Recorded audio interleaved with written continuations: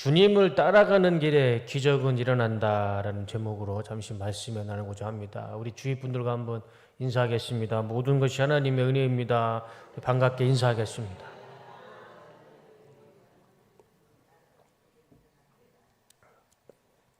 우리가 읽었던 말씀 가운데 13절에 보면 예수님께서 들으시고라는 말씀을 하시죠. 예수께서 들으시고. 무엇을 예수님께서 들으셨을까요? 예수님께서 무엇을 들으셨냐면 그 내용이 1절과 12절의 말씀입니다. 침례 요한이 헤롯 왕에게 참수형을 당합니다. 그것을 예수님께서 들으셨어요. 그러면 왜 침례 요한은 헤롯 왕에게 죽었을까? 그 이유가 뭘까요? 다 아시지만 우리가 이 침례 요한이 왜 죽었는지 그 이유를 한번 설명하기 전에 여기에서 나오는 이 헤롯과 이 헤롯 동생 빌립 그리고 그 동생 그의 아내 그 헤로디아의 관계를 좀 먼저 제가 설명을 해 드려야 될 것 같습니다. 오늘 본문에서 나오는 이 헤롯은 정확한 이름은 헤롯 안디바입니다. 그 안디바라는 이름을 빼고 그냥 헤롯이라고 했기 때문에 헤롯이라는 왕이 성경에 몇 명 나와요. 근데 다 똑같이 헤롯이라는 이름만 나와가지고 이 사람인지 좀 구분이 안 될 때가 있어요. 근데 오늘 나오는 이 마태복음 14장에 나오는 침례 요한을 죽인 이 헤롯 왕은 본래 이름이 헤롯 안디바입니다. 3절 말씀에 보면 그의 동생 헤롯 빌립의 아내가 헤로디아인데 그 헤로디아는 이 헤롯 안디바에 생각했을 때는 제수씨죠. 동생의 아내니까. 그런데 이 제수씨와 또 결혼을 합니다. 좀 말이 안 되는 상황이죠. 동생 헤롯 빌립의 아내였던 헤로디아와 결혼을 합니다. 그런데 우리가 좀 더 여기서 역사적으로 확인해야 할 것이 있습니다. 정확하게 헤롯 안디바와 헤롯 빌립은 형제가 맞아요. 그런데 형동생이 좀 바뀌었습니다.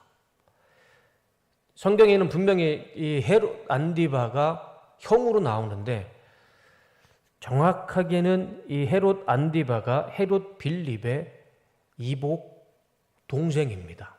그러니까 빌립의 아내 헤로디아는 제수씨가 아니고 원래로 보면 형수가 맞습니다.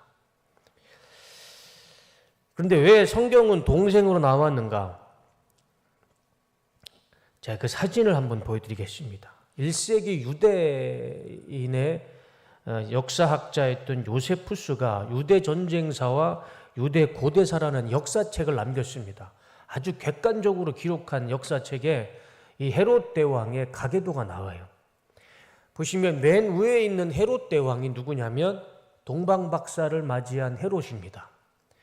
그러니까 이 어린 아기 예수님을 죽이려고 베들레헴에 있던 2세 미만의 남자아이를 다 죽인 잔인한 왕, 그 사람이 헤롯 대왕이고 그의 아들이 헤롯 안디바, 오늘 본문에 나오는 그 헤롯이 저 헤롯 안디바입니다.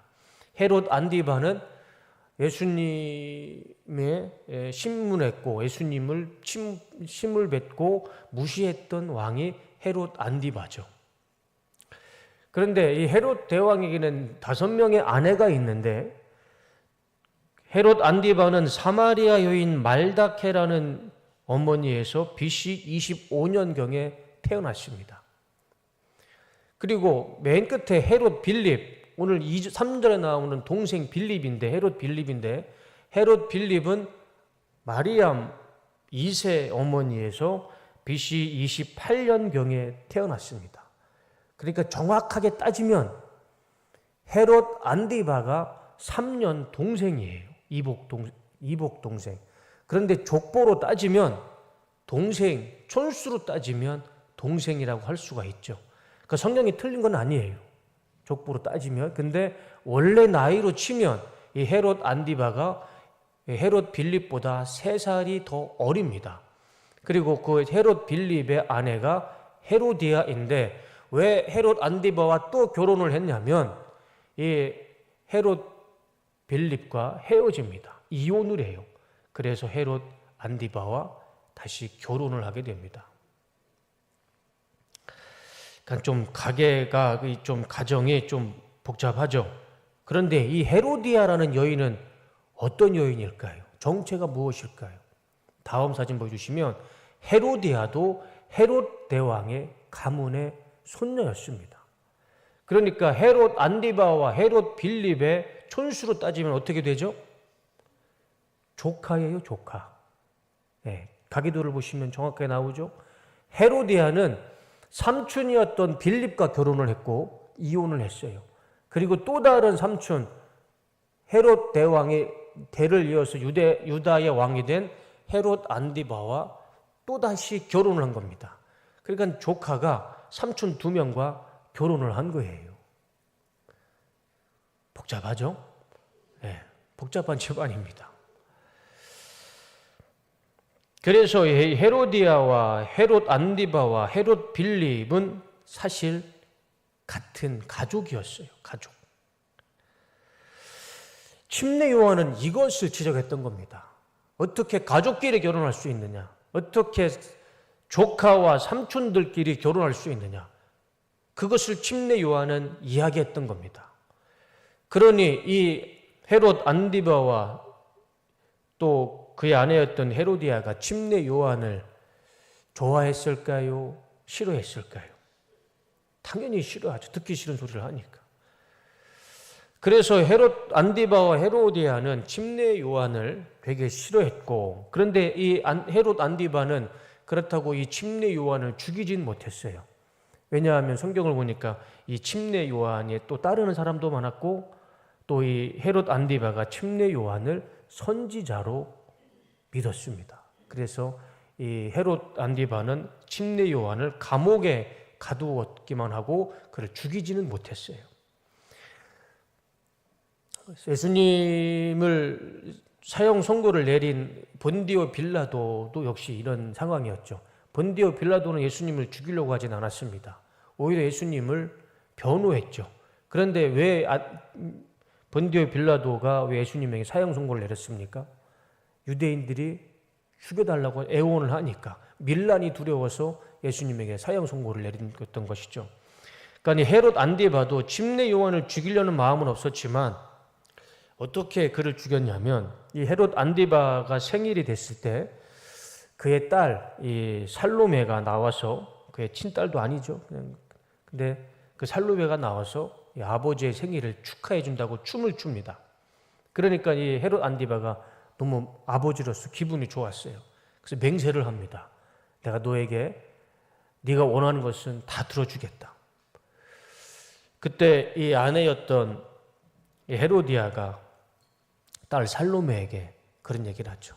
침례 요한의 목을 베서 그 침례 요한의 머리를 쟁반에 담아서 갖다 주십시오. 그것을 이 딸 살로메에게 이야기를 하고, 이 살로메는 아버지 헤롯 안디바에게 그런 얘기를 하죠. 그래서 이 헤롯 안디바가 자기는 침례 요한을 죽이고 싶진 않았지만 또 자기가 한 이야기도 있고 또 아내와 딸의 이야기니 침례 요한을 참수를 하고 침례 요한의 목을 쟁반에 담아서 살로메에게, 헤로디아에게 주게 됩니다. 그래서 침례 요한이 죽게 돼요. 13절에 예수님께서 들으시고라는 그 말씀의 그 들으시고는 바로 이것을 예수님께서 들으셨던 것입니다. 침례 요한이 이렇게 비참하고 억울하게 죽은 그 사실을 예수님이 들으셨던 것이죠. 이 침례 요한이 죽었을 때, 이 이야기를 들었을 때 예수님의 마음이 얼마나 아프시고 괴로웠을까요? 그 당시 예수님의 마음을 우리는 성경을 통해서 볼 수가 있습니다. 예수님은 침례 요한이 죽었다는 이야기를 듣고 예수님은 제자들과 따라다니는 백성들을 다 뒤로 하고 배를 혼자 타고 다른 곳으로 이동을 하셨습니다. 그러니까 매일 제자들과 사람들과 같이 다니시다가 침례 요한이 죽었다는 그 소식을 듣고 예수님은 혼자 조용히 배를 타고 다른 장소로 옮기셔 가셨어요. 그러면 예수님을 가만히 놔두면 좋았을 텐데 예수님이 배를 타고 가는 혼자 있고 싶어하는 그 예수님의 마음을 모르고 사람들은 어떡합니까? 그 배를 따라서 또 갑니다.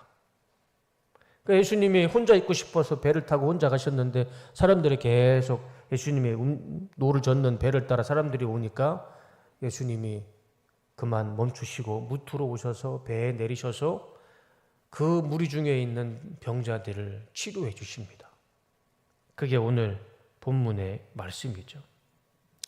저는 오늘 본문의 말씀 가운데 아주 중요한 은혜가 있다라고 생각을 해요. 우리의 치유와 회복과 또 축복의 말씀이 오늘 이 세 구절 가운데 있다라고 생각을 합니다.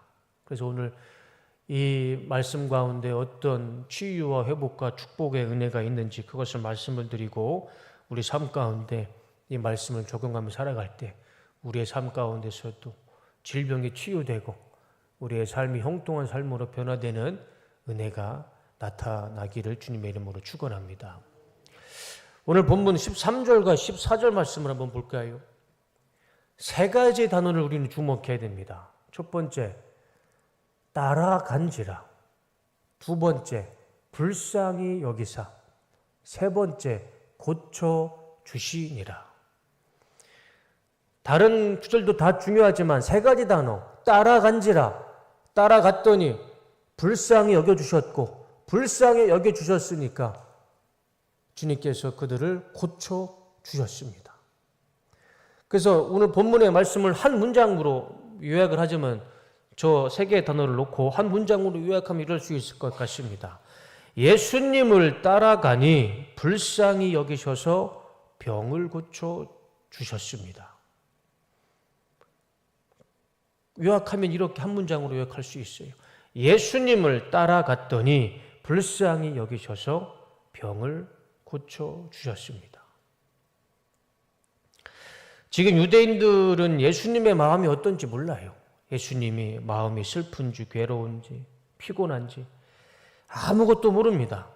그저 예수님이 배를 타고 가시는 그 길을 유대인들은 그냥 따라갈 뿐이에요. 예수님이 그쪽으로 가시니 이 유대인들은 예수님이 어떤 마음이고 심정인지 아무것도 모르고 그냥 예수님을 따라갔을 뿐입니다. 인간적인 생각으로는 예수님의 마음이 괴롭고 그 마음이 고통스러워서 혼자 있고 싶어 하셨으면 그냥 사람들이 모르는 척 그냥 가만 놔둬도 되면 좋았을 텐데, 그러나 사람들은 그럼에도 예수님의 마음은 둘째치고 그 무리들은 예수님이 따라가는 그 예수님이 가시는 배를 그대로 따라갔던 것입니다. 그 예수님의 배를 따라갔을 때 거기에서 기적은 나타났던 것이죠. 우리가 이 말씀을 좀 주목했으면 좋겠습니다. 우리가 어찌됐든 무엇이 됐든 우리의 상황이 좋든 나쁘든 우리는 어떤 상황과 형편 속에서도 우리는 예수님을 따라가야 됩니다. 예수님이 가시는 방향을 따라 또 예수님이 걸어가시는 그 길을 따라 우리는 예수님을 따라가야 됩니다. 내 마음이 어떻고 내 상황이 어떻고 그건 별로 중요하지 않습니다. 내가 예수님을 따라갔을 때 주님께서는 우리의 삶을 불쌍히 여기실 것이고 그리고 그곳에서 불쌍히 여기시는 그 마음 가운데 우리의 삶을 하나님께서 바꾸시고 변화시키시고 고치시고 회복시켜 주실 줄로 믿습니다. 우리가 염치를 무릅쓰고 예수님을 따라가고 죽기 살기로 주님을 따라갔을 때 거기에 하나님의 은혜와 축복과 기적은 반드시 나타날 줄로 믿습니다. 몇 년 전에 제가 우리 아내하고 서우하고 이 청와대를 방문했어요. 아직 청와대 못 가신 분 계시죠? 저하고 우리 아내는 청와대가 어떤 건물인지 의미를 알기 때문에 참 재미있었고 또 참 의미가 있었는데 그때가 서우가 6살이었나 5살이었을 겁니다. 그 5살, 6살짜리가 청와대가 뭐가 재밌겠습니까? 뽀로로나 핑크퐁을 보면 더 좋았지 청와대에 가서 재미있을 수는 없죠. 근데 언제 엄마 아빠가 가니까 따라갔던 거예요. 근데 저는 되게 가까울 줄 알았는데 경복궁 지하 주차장에다가 차를 세워놓고 청와대를 가는데 한참을 돌아갔습니다. 그 더운 날. 그러니까 저하고 우리 아내는 그냥 어른 걸음으로 가는데 6살, 5살 서우는 그게 힘든 거예요. 그리고 우리가 그렇게 오래 걸리라고는 생각도 못해서 서우한테 양말도 안 시키고 그냥 크로스 그 고무 신발을 신겨 왔더니 나중에 뒤꿈치가 까진 거예요. 뒤꿈치가 까져서 아프다고 하는 겁니다. 다행히 이제 거기에 줄 서 있던 우리 그 어떤 할머님이 그걸 보시고 이제 밴드를 주셔가지고 밴드를 붙였는데 밴드 가지고는 안 되죠. 그래서 나중에는 제가 제 양말을 좀 지저분하더라도 제 양말을 그냥 벗어서 서우한테 신겨주니까 조금 낫다고 하더라고요. 근데 저는 이제 엄마 아빠를 따라서 재미도 없는 이 청와대를 구경하겠다고 따라와서 뒤꿈치가 까져서 그렇게 아파하는 이 서우를 보면서 되게 미안했습니다. 되게 미안하고. 그래도 엄마 아빠 따라왔으면 좀 재밌고 안 아프고 좀 재밌고 즐거운 데를 보여줬어야 되는데 너무 미안한 거예요. 뭐 이것과는 비교할 수 없지만 이 14절에서 예수님께서 이 큰 무리들을 모시고 불쌍히 여기셨다. 저는 그 마음이 조금은 이해할 수 있을 것 같습니다. 예수님의 마음은 괴롭죠. 침례 요한이 죽었는데 어떻게 예수님 마음이 즐거울 수 있겠습니까? 사람들을 따라오는 것, 제자들조차도 멀리 떨어져 있고 예수님 혼자 있고 싶어 했던 마음이었어요. 얼마나 마음이 괴로우셨겠습니까? 그런데 예수님을 따라오는 사람들을 보시고 예수님은 그들을 불쌍히 여기셨어요. 예수님의 마음은 생각지도 못하고 자신의 삶에 갈급한 것, 소망하는 것, 예수님을 만나고 싶은 그 사람들, 그들을 보면서 예수님은 그들을 불쌍히 여기셨던 것이죠. 그래서 예수님은 어떻게 하셨습니까? 가던 배를 멈추시고 다시 무트로 가셔서 14절 그 중에 있는 병자를 고쳐주시니라. 예수님은 예수님의 마음은 괴로울지라도 예수님을 따라오는 그 유대인들을 보시고 불쌍히 여기시며 오히려 그들의 아픔과 질병과 고통을 치유해 주시고 고쳐주시고 변화시켜 주시는 모습을 우리는 볼 수가 있습니다. 예수님을 따라가는 길에 어려움도 있고 괴로움도 있고 때로는 수없이 오해도 받을 때도 있습니다. 그러나 우리가 끝까지 예수님을 따라갔을 때 예수님은 우리의 그런 삶을 보시고 불쌍히 여겨주시고 우리의 삶을 은혜와 축복과 기적의 삶으로 변화시켜 주실 줄로 믿습니다.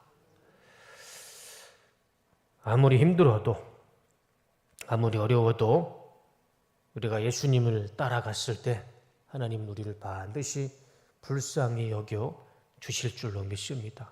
오늘 이 금요철에 나오신 우리 성도님들 일주일 동안 일을 하시면서 얼마나 피곤하고 얼마나 힘드시겠습니까? 저 같았으면 그냥 금요일 저녁이면 편안하게 집에서 일찍 자고 아니면 TV나 넷플릭스나 유튜브를 보면서 편안하게 좀 쉼을 얻고 싶을 것 같기도 하고 아니면 오랜만에 친구들 만나서 이런저런 이야기 맛있는 거 먹으면서 재미있는 시간을 보낼 수도 있는데 그 모든 것을 다 뒤로하고 피곤하고 힘든 몸을 이끌고 이렇게 교회에 나오셔서 금요 기도회로 하나님 예배드리고 기도하는 이 모습이 우리가 예수님을 따라가는 이 길 아니겠습니까? 주님께서는 지금 우리의 모습을 보시고 우리의 삶을 불쌍히 여겨주시는 줄로 믿습니다. 주님께서 우리를 불쌍히 여기실 때에 우리 삶 가운데 하나님의 놀라운 은혜와 축복은 나타날 줄로 믿습니다. 여기서 불쌍히 여기다라는 단어가 헬라어로 스플랑크 니조마이라는 단어인데 그 단어의 의미 속에는 동정심으로 인해 마음이 움직이다라는 의미가 있어요. 불쌍히 여기다라는 그 마음 가운데 동정심으로 마음이 움직이다라는 의미가 있습니다.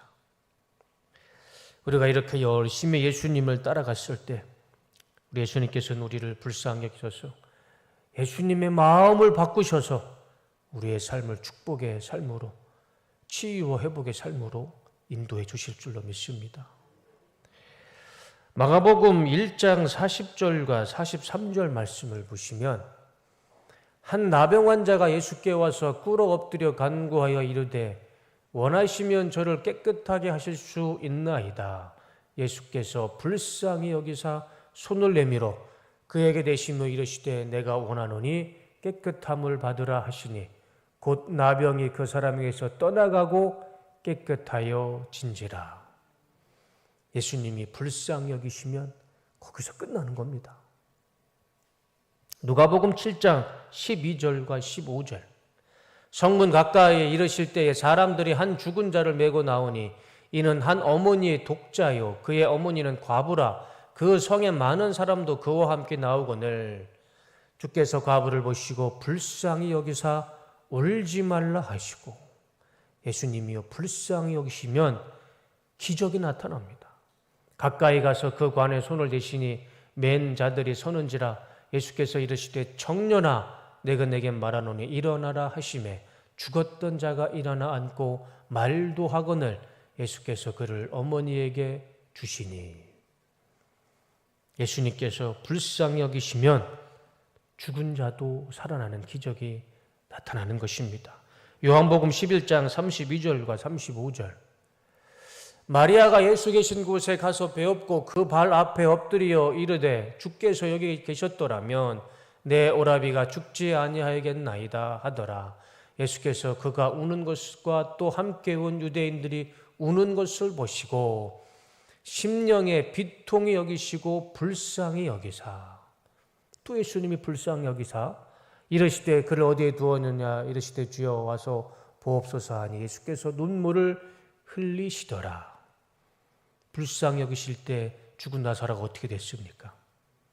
죽은 지 3일 된 나사로가 붕대를 칭칭 감고 무덤에서 걸어 나옵니다. 우리 예수님께서 불쌍히 여기실 때에는 거기에 반드시 하나님의 은혜와 기적이 나타나는 것을 볼 수가 있습니다. 주님께서 이 시간 우리의 삶을 또 우리의 이 모든 수고와 노력과 이 모든 헌신을 주님께서 불쌍히 여겨주시기를 주님의 이름으로 축원합니다. 주님께서 불쌍히 여겨주시면 불증병도 치유가 될 것이고 죽은 자도 살아나는 기적이 나타나는 것입니다. 이 시간 우리가 이 말씀을 붙잡고 하나님 우리를 불쌍히 여겨주시옵소서, 나를 불쌍히 여겨주시옵소서 간절히 기도할 때 우리의 모든 질병이 치유되고 우리 인생에, 우리의 가정에, 우리의 사업에 부족한 것들이 하나님의 형통한 은혜로 채워지는 은혜와 기적이 나타날 줄로 믿습니다.